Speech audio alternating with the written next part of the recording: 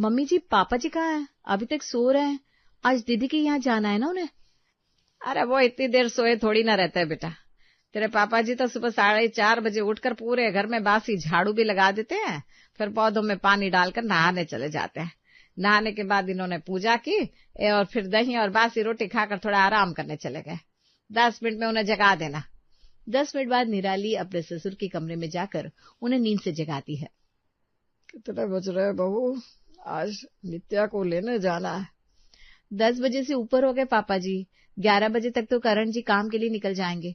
उनके सामने ही आप दीदी को लेकर आ जाते तो अच्छा रहता, उनसे भी मुलाकात हो जाती ना। ये सुनते ही मुरली बिस्तर से नीचे उतरता है और अलमारी के हैंगर में टांग रहे अपनी शर्ट को फटाफट पहनता हुआ कमरे से बाहर आता है। बहू बस एक कप चाय पिला दे, पी कर निकलूं मैं। खाली हाथ निकल जाएंगे क्या? बेटी को लेने जा रहे हैं, उसके ससुराल वालों के लिए, दामाद जी के लिए गिफ्ट्स लेकर जाएंगे कि नहीं? तो ये आपको पहले बताना चाहिए था। अब तो मैं निकलने वाला हूँ। अब उनके लिए गिफ्ट की तैयारी करें या निकलने की तैयारी करें? सब कुछ तैयार है पापा।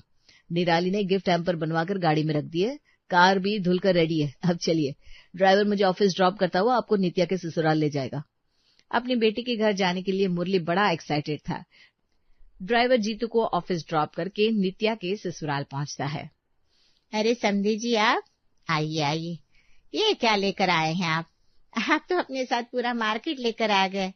वैसे समधन जी नहीं दिख रही। अरे वो भी आ जाती तो घर पर बेटे का स्वागत करने की तैयारी कौन करता।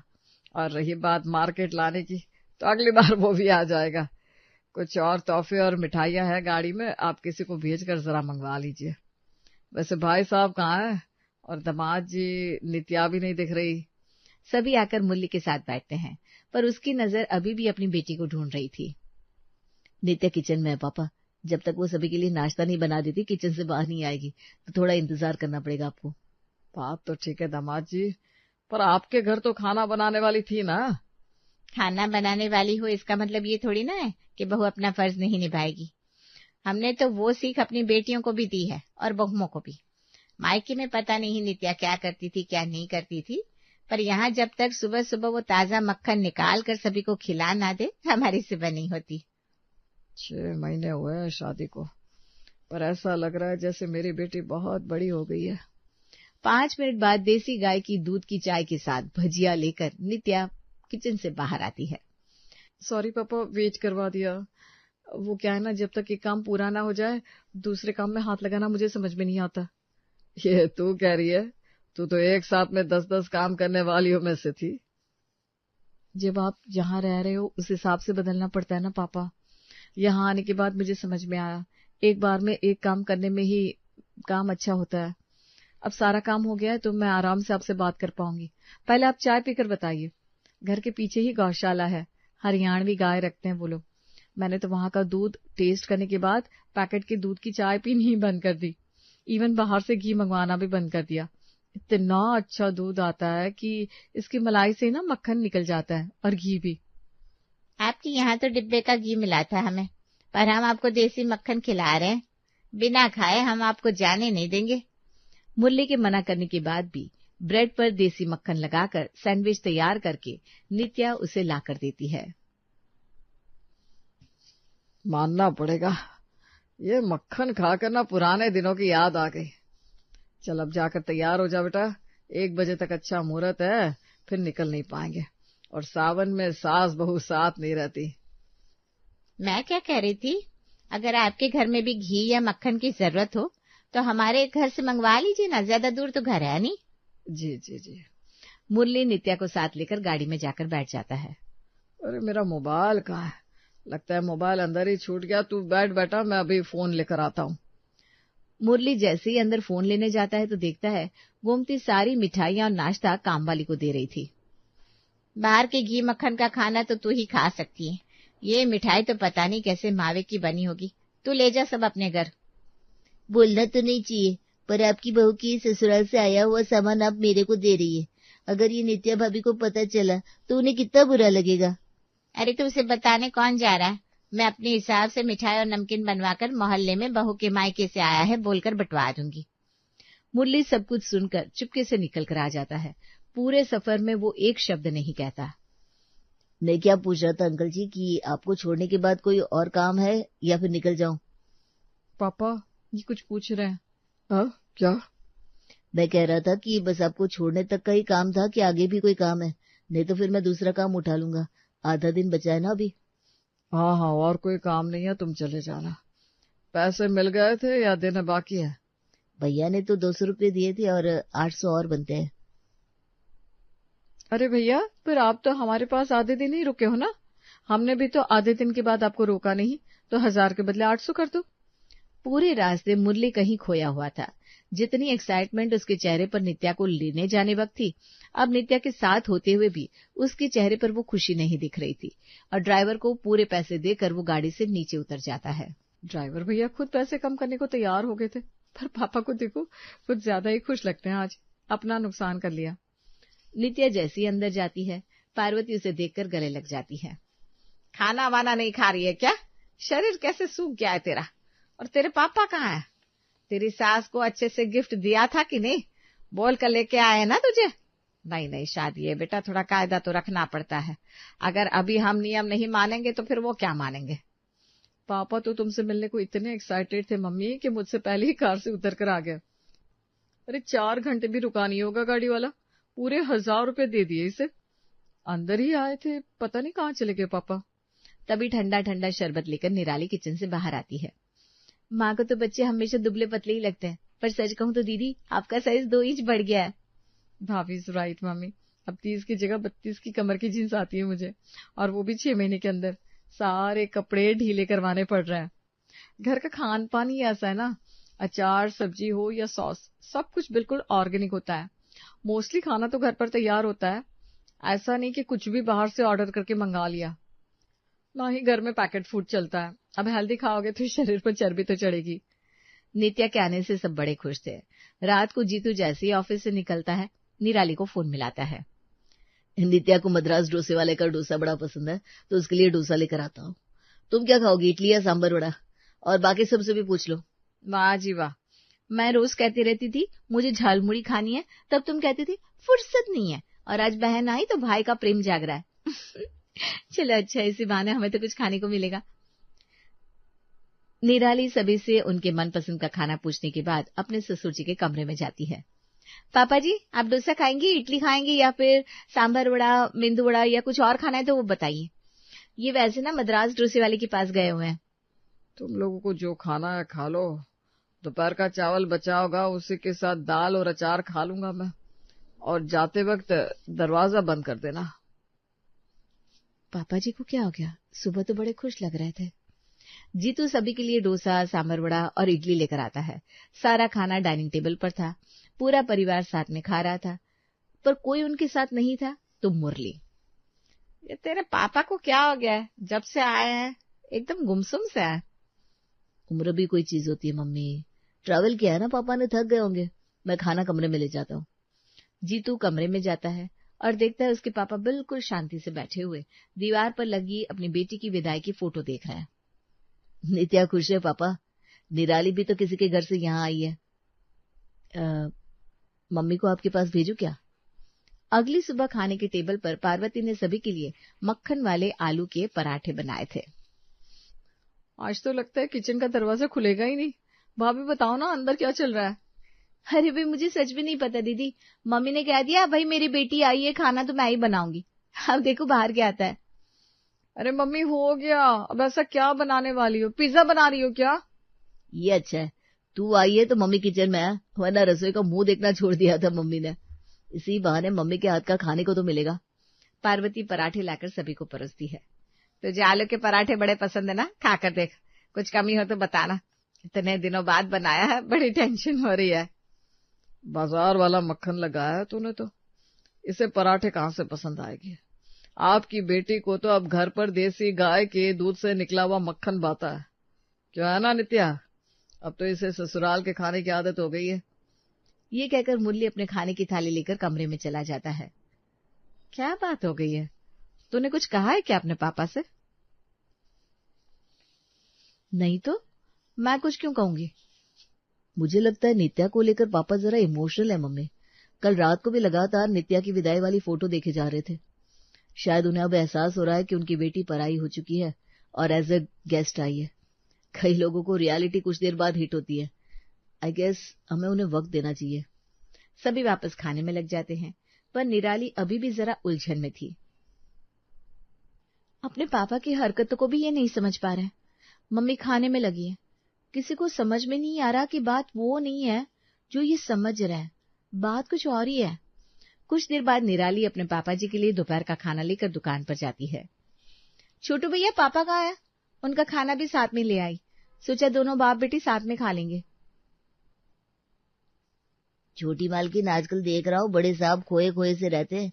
ग्राहक के वक्त में बाहर असली देसी मक्खन ढूंढने निकल जाते हैं। क्या पापा ये सब मक्खन के लिए कर रहे हैं?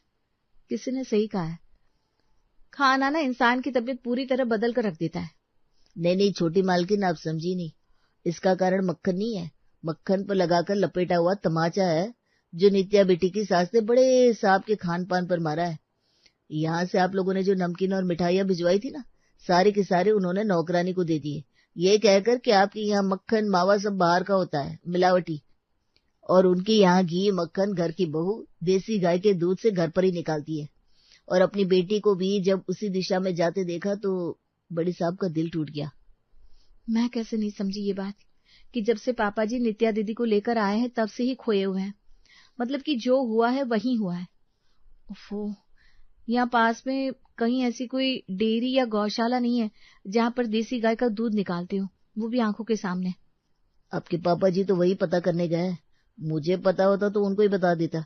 निराली फौरन अपने सारे सोशल मीडिया अकाउंट पर किटी ग्रुप में हर तरफ इस बारे में पूछने के लिए मैसेज डालकर छोड़ देती है और कुछ ही मिनट में इसके पास रिस्पांस आने भी शुरू हो जाते हैं। हेलो, कौन? हेलो मैडम, हम मंगू बोल रहे हैं। काफी बड़ा बिजनेस है हमारा, मेरा मतलब है हमारे साहब का। संभालता मैं हूँ, मैनेजर समझ लीजिए। आपका एक पोस्ट देखा कि आपको देसी गाय का दूध चाहिए, वो भी अच्छे क्वांटिटी में।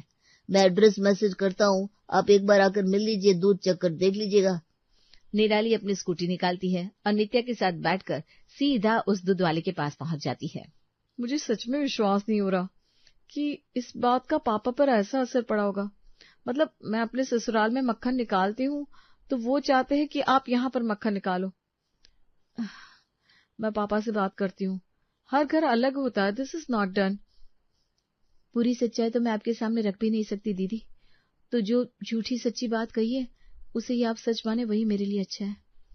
अब दीदी, आपको मेरी कसम है, अगर आपने पापा जी से या किसी से भी इस बारे में बात की, आपको बस ये करना है कि मुझे मक्खन कैसे निकालते हैं ये सिखाना है, जैसे आपके घर पर निकालते हैं, बिल्कुल उसी अंदाज में।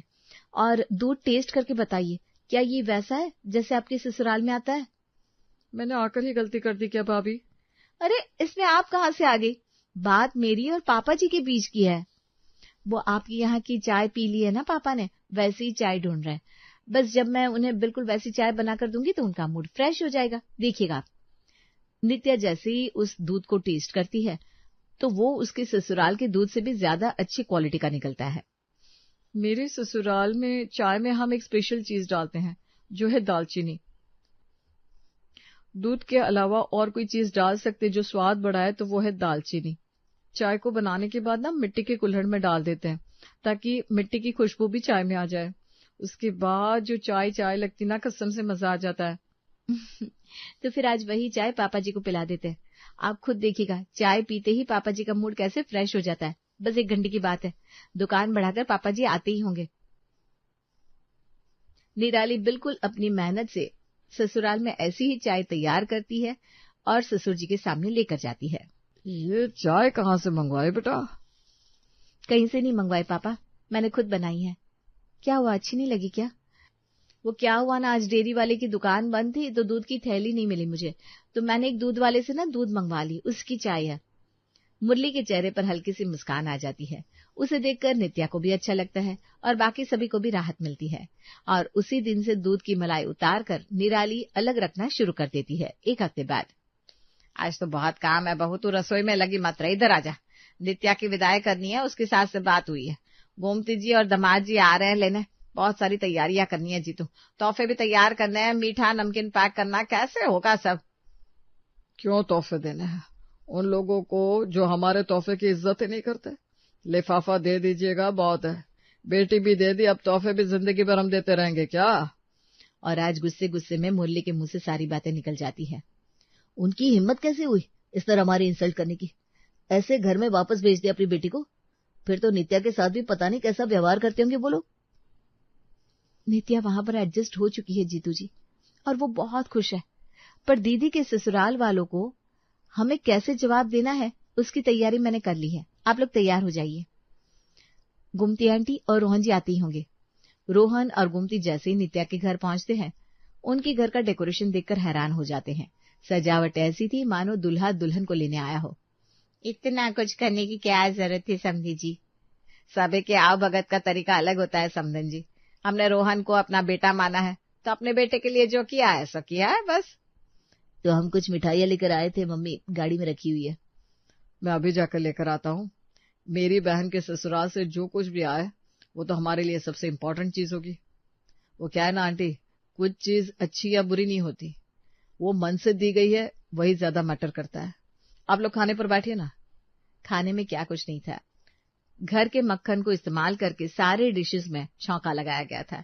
दाल चावल, मिक्स वेजिटेबल, अरे सबके ऊपर मक्खन की टिक्कियां बनाकर निराली बाहर लेकर आती है। ये क्या है बेटा? मक्खन की टिक्की है आंटी जी। न मक्खन बाहर का है, न ही घी और न ही मावा। सब कुछ बिल्कुल उसी तरीके से तैयार किया हुआ है जैसा आपको पसंद है। और मक्खन के दोनों 5-5 किलो के डब्बे भी पैक करवा दिए मैंने। इसके पहले कि रोहन कुछ समझ पाता, गुमती को सब कुछ समझ में आ जाता है कि किस तरह निराली उसे इज्जत के साथ शर्मिंदा कर रही है। वो अपनी गलती की माफी मुरली से मांगकर नित्या के साथ लौट जाती है। गर्मियों में रचना शादी करके अपने ससुराल आती है। अभी रचना को आए हुए कुछ ही दिन हुए थे। वो बेचारी अभी ससुराल के रीति रिवाज और उनके मिजाज को समझ रही होती है कि ससुराल वालों पर अचानक से हेल्थ कॉन्शियस बनने का भूत सवार हो गया। हुआ यूं कि अब सासू माँ और ससुर जी सुबह टीवी देख रहे होते हैं कि तभी टीवी पर सूर्य ढलने पर खाना नहीं खाना चाहिए, इससे शरीर और सेहत दोनों तंदुरुस्त रहते हैं और बीमारियां भी दूर भागती हैं। सूर्यास्त तो सेहत मस्त। फिर क्या था, ससुर और सासू माँ ने भी सभी घर वालों को बुलाया। सब लोग ध्यान से सुन लो, आज से इस घर में शाम को सूरज ढलने के बाद कोई भी खाना नहीं खाएगा। सूर्यास्त तो भोजन मस्त। शाम को सूरज ढलने से पहले सब खाना खा लेंगे, उसके बाद किचन का चूल्हा तक नहीं जलेगा। हाँ हाँ, ये बात तो बिल्कुल सही है। तभी तो पहले के टाइम में सभी लोग जल्दी खाना खा लेते थे, तभी बीमार भी कम पड़ते थे और सेहत भी सही रहती थी। तो ये रहा कि आज से शाम के दिन ढलने के बाद घर में कोई भी खाना नहीं खाएगा। तो तय रहा, आज से सभी नियम का पालन करेंगे। कोई भी दिन छुपने के बाद खाना नहीं खाएगा। अब ससुराल में नया नियम शुरू हो जाता है। रचना ने जैसे ही ये सुना, उसके मन में लड्डू फटने लगे। अरे वाह रचना, तेरी तो लॉटरी निकल गई। शाम को सभी 6 बजे तक खाना खा लेंगे। रात में खाना बनाने का झंझट ही खत्म। 7 बजे तक बर्तन धोकर फ्री और मजे से कमरे में जाकर फोन चलाऊंगी। वाह रे रचना, क्या ससुराल मिला है तुझे। किस्मत चमक गई है रे तेरी। वाह रे गुरुजी, आपने तो मेरी लाइफ झिंगा लाला बना दी। अगले दिन शाम को 4 बजे से ही रचना खाना बनाना शुरू कर देती है। उधर हॉल में पूरा परिवार एक साथ डाइनिंग टेबल पर आकर 6 बजे से पहले ही बैठ जाता है। उधर किचन में रचना 5 बजे तक गर्मा गर्म रोटियां, दाल चावल, सब्जी सब बनाकर सभी को डाइनिंग टेबल पर परोसती है। सब जल्दी से खाना खा लीजिए, 6 बजने ही वाले हैं। सभी घर वाले खाना खाना शुरू करते हैं। वाह भू, मजा आ गया। शाम को 6 बजे इतना बढ़िया गरम गरम खाना मिल जाए तो सेहत के साथ शरीर भी तंदुरुस्त रहेगा और पेट भी हल्का। बिल्कुल सही कहा। सूरज ढलने से पहले खाना खाने के बहुत से फायदे हैं। एक तो खाना जल्दी हजम होता है, दूसरा पेट भी सही रहेगा और तीसरा वजन भी नहीं बढ़ता, और तो और बीमारियों का खतरा भी कम रहता है। तभी पति अनुज, सच में यार, शाम को बारिश में खाना खाने का अपना अलग ही मजा है। खाना खाने के बाद काफी समय भी बच जाता है, फिर मजे से कमरे में जाकर अपना कुछ भी काम कर लो। वाह रचना, तेरी तो लॉटरी निकल गई। क्या किस्मत पाई है तूने। जरूर पिछले जन्म में कोई पुण्य किए होंगे तूने, जो ऐसा ससुराल मिला। धन्य हो गुरुजी, अपनी कृपा सदैव ऐसे ही बनाए रखना। फिर रचना सभी के खाने के बाद गुनगुनाते हुए झूठे बर्तन, किचन की साफ सफाई करती है। आज मदहोश हुआ जाए रे मेरा मन, मेरा मन शरारत करने को जी चाहे, मेरा मन रचना किचन का सब काम करके 7 बजे फ्री हो जाती है। आज तो बल्ले बल्ले हो गई, कसम से यार मजा आ गया। रात का खाना बनाने का झंझट ही खत्म। चलो अब अपने कमरे में जाकर मजे से एसी में बैठकर फोन चलाऊंगी। लेकिन बेचारी रचना को क्या पता था कि उसकी ये खुशी बस कुछ ही पल की मेहमान है, जिसकी उसने सपने में भी कल्पना नहीं की थी। अब तक तो 2 हफ्ते ठीक ठाक से बीत जाते हैं, लेकिन जैसे ही गर्मी का मौसम खत्म हुआ वैसे ही बारिश का मौसम शुरू हो गया। बाहर झमाझम बारिश, ठंडी ठंडी सुहावनी हवा चल रही होती है। रचना 4 बजे से ही किचन में खाने की तैयारी में लगी होती है। बाहर झमाझम तेज बारिश और अंदर पूरा परिवार, ससुर जी, सासू माँ, दादी सास, पति, अनुज सभी एक साथ डाइनिंग टेबल पर बैठे हुए होते हैं। तभी रचना 6 बजे से पहले ही राजमा चावल, सब्जी, रोटी, सलाद सब बनाकर तैयार करके ले आती है और मुस्कुराते हुए सभी को परोसती है। दादी जी, ये खास आपके लिए, पहले आप लीजिए, एकदम गर्मा गर्म राजमा चावल है। वाह पोता बहू, क्या खुशबू आ रही है। बारिश के मौसम में खाना सामने आते ही खाने की भूख भी दुगनी हो जाती है। ला पोता बहू, जल्दी से मेरी प्लेट में लगा दे। जी दादी जी, जल्दी से खा लीजिए, 6 बजने ही वाले हैं। अरे हाँ, पता है, अब खाने भी देगी या नहीं, बस समय ही बताकर ही पेट भर देगी। फिर दादी सास खाना खाने लगती है। अरे वाह रे बहू, क्या चटाकेदार राजमा चावल बनाए हैं, मजा ही आ गया ऐसी बारिश में। मेरी तो आत्मा ही तृप्त हो गई है। बहू, मुझे थोड़े राजमा चावल और देना। बाहर कितनी अच्छी झमाझम बारिश का मौसम है और अंदर पूरा परिवार एक साथ बैठकर खाना खा रहा है। शाम को 6 बजे से पहले ऐसा बढ़िया खाना आहा मिल जाए ना, तो सेहत भी बनी रहे और मन भी प्रसन्न हो जाए। तभी पतिदेव, यार रचना, पता है मजा आ गया। इस बारिश में गर्मा गर्म खाने की कैसी फीलिंग आ रही है, बिल्कुल ढाबे जैसी। सच में यार, बाहर ठंडी ठंडी बारिश और अंदर पूरा परिवार एक साथ खाने की टेबल पर, भाई दिल खुश हो गया। रचना सभी को खाना परोसते हुए फूले नहीं समाती। वाह रे रचना वाह, तेरे तो मजे ही मजे हैं। शाम के 6 बजे पूरा परिवार खाना खाकर फ्री और 7 बजे तक मैं बर्तन किचन की साफ सफाई करके भी फ्री हो जाऊंगी और फिर बारिश का मजा लूंगी। धन्य हो गुरुजी, आपने तो मेरी लाइफ ही झिंगा लाला बना दी। फिर पूरा परिवार खाना खाने के बाद बारिश का मजा लेता है और रचना भी गुनगुनाते हुए मजे से 7 बजे से पहले बर्तन किचन की साफ सफाई करके बिल्कुल फ्री हो जाती है और अपने कमरे में जाकर मजे से बारिश की रील बनाती है। तभी 1 घंटे बाद दादी सास अपने कमरे से आवाज लगाती है, अरे पोता बहू, जरा सुन तो। रचना मुस्कुराते हुए गुनगुनाते हुए दादी सास के कमरे में जाती है। क्या हुआ, आप आवाज लगा रही थी, कोई प्रॉब्लम है? अरे पोता बहू, पेट में कुछ खालीपन सा लग रहा है, थोड़ी खिचड़ी मिल जाती ना तो पेट शांत हो जाता। रचना के चेहरे से अचानक उसकी मुस्कुराहट गायब हो जाती है। पर खिचड़ी, अभी तो 8 बज रहे हैं और नियम के हिसाब से 6 बजे के बाद घर में कोई भी खाना नहीं खाएगा। चुप कर, खिचड़ी तो हल्की फुल्की हो गए है। अरे भारी खाना तो दाल रोटी सब्जी हो गए है। जा, अब जल्दी से थोड़ी सी खिचड़ी बना ला। अच्छा खासा बारिश की रील बना रही थी। ये दादी जी को भी ना 8 बजे खिचड़ी खाने की क्या सूझी। पहले खुद नियम बनाए, अब खुद ही तोड़ रहे हैं। तभी रचना ने किचन में जाकर दादी सास के लिए खिचड़ी बनाकर उन्हें दी और आकर अपने कमरे में बस बैठी ही थी कि तभी 5 मिनट बाद सासू माँ रचना को फोन करके बुलाती है। ये सासू माँ को इस समय कौन सी इमरजेंसी आ गई है जो फोन लगाना पड़ रहा है?